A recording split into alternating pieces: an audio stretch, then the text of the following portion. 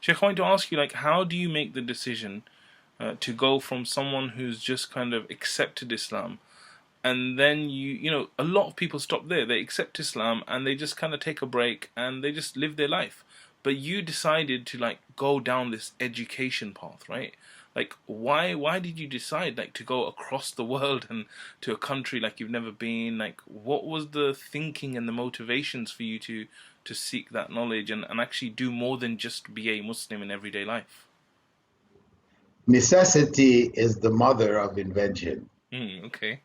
Um, After I had accepted Islam in Toronto, trying to learn what Islam I could there, realizing that the immigrant Muslims, they were not scholars, they were just average, everyday Muslims with whatever level of understanding they had from their cultural Islamic experience. That left us, left me, and the others. And I should mention here that the brother who had the greatest effect for me to come into Islam from was Dr. Abdullah Hakim Quick, right? Wow. He Okay. was the one who had come up from the U.S., along with others, and was giving the dawah. So you could say, I accepted Islam from him Wow. at his hand, inshallah. MashaAllah. But as I was saying, he and I, we were. He had a studious background himself, and he had. We were trying to find some knowledge, and we just couldn't find anything. We were getting a lot of garbled understandings from the various cultures of the people around us. I went off with Jamaat Tabligh to the UK. I was told at the time that there were over 50 mosques in the UK, and that was like amazing. Why? UK 50 mosques, and in every mosque there was a Maulana who is ready to teach you.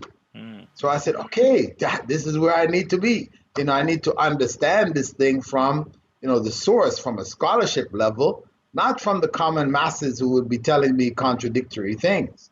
So I went to the UK. I spent the 4 months, Wow.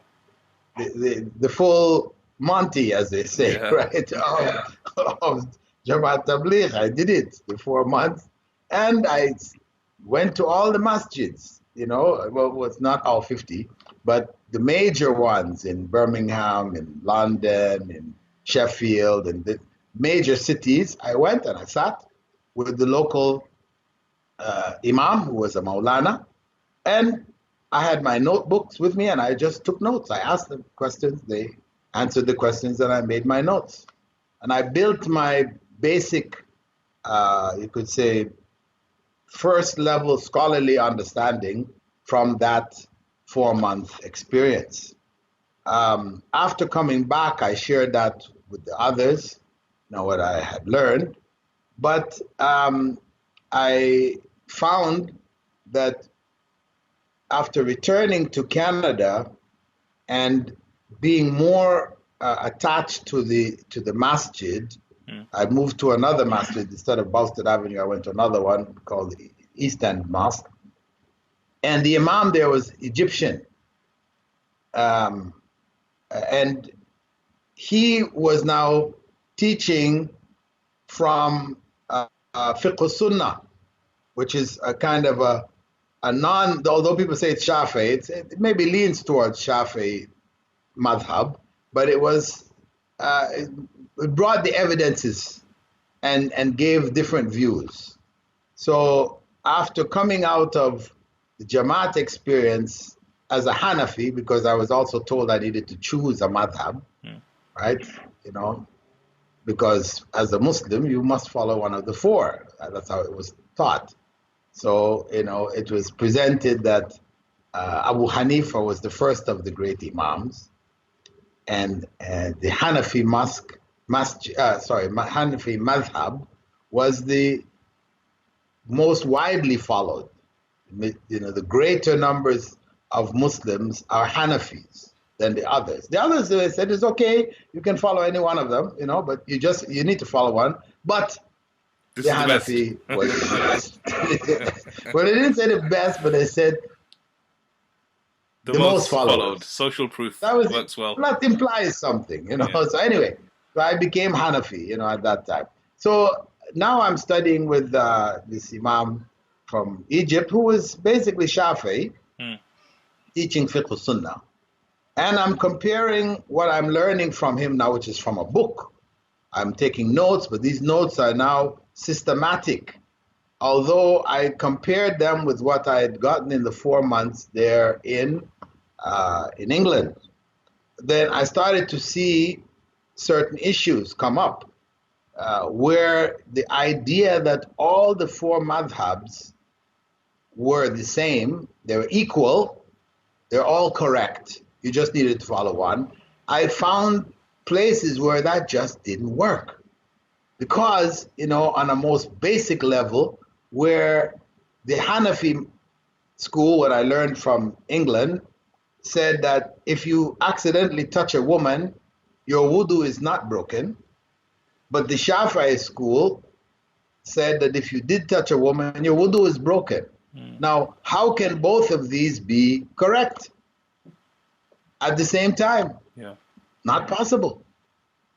So this was contradictory differences. Variational differences I could understand. Yeah. Prophet ﷺ did this at one time, did that at another time. That's okay. But contradictory differences, that didn't work. So I realized it was necessary for me to go elsewhere. And at that point, Abdullah Hakim, he was doing his own searching through the books which were available in North America. At that time, 2 scholarships became available from Medina, and nobody was interested in them. Wow. In the community there. Nobody. Now today, if you said there's 2 scholarships available, people would be fighting each other, cutting limbs, and to get those 2 scholarships. Then nobody was interested. So Abdullah and myself, we said, we'll take it. People were telling, no, don't go. Don't waste your time. You're going to go study these old books which are covered in dust and yellow papers, and this stuff is just totally irrelevant. You will not be able to live a life after that. You're going to be unable to sustain your own families and this kind of thing. Huge discouragement. But we were both committed. We understood that we had to go. There was no ifs, ands, and buts about this. Amazing. We had to go to get the knowledge from the sources, to know what Islam really was. Because if we were left to just go with whatever, our cultural Muslim compatriots, was going to tell us, we'll be here, there, up, down, left, right, all over the place. It would just be chaos for us. So we understood there was no other option.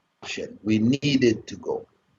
So that necessity invented Abdullah Hakim Quick and myself.